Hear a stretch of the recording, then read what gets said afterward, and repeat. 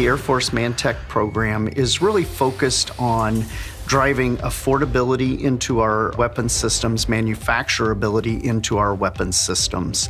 We're at Compass Technology Group. They're running our project called the Advanced Radome Diagnostic System, ARDS for short.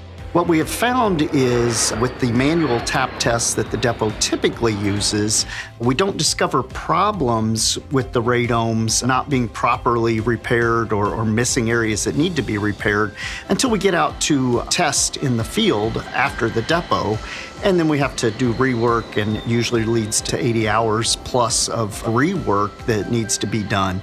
Radomes are very important to a plane's ability to locate targets, to locate the ground terrain, to make sure that it sees weather ahead of it. So we need to make sure that those radomes are at their peak performing capability, and this system helps ensure that we're doing that.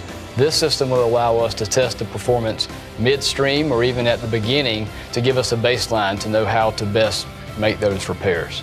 We take millimeter wave radio frequency measurements, and by using those measurements we can look at the transmission and reflectivity of different objects and materials. So we use those to look at the paint thickness or the layer thickness of the radome and evaluate its health and performance.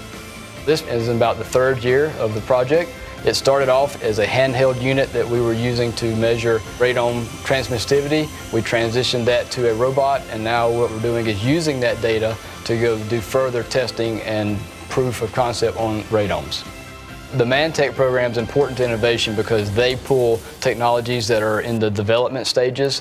They get them ready for prime time to allow us to then push that into production. So they help us bridge that gap of technology readiness to get us to a spot where we're ready to transition. Really, for us to ensure that our warfighters have the capability they need, we need to invest the government dollars in building that industrial base. We need to ensure that the suppliers exist, that we have domestic suppliers, that we have access to suppliers so that we can provide the capabilities that the warfighters need.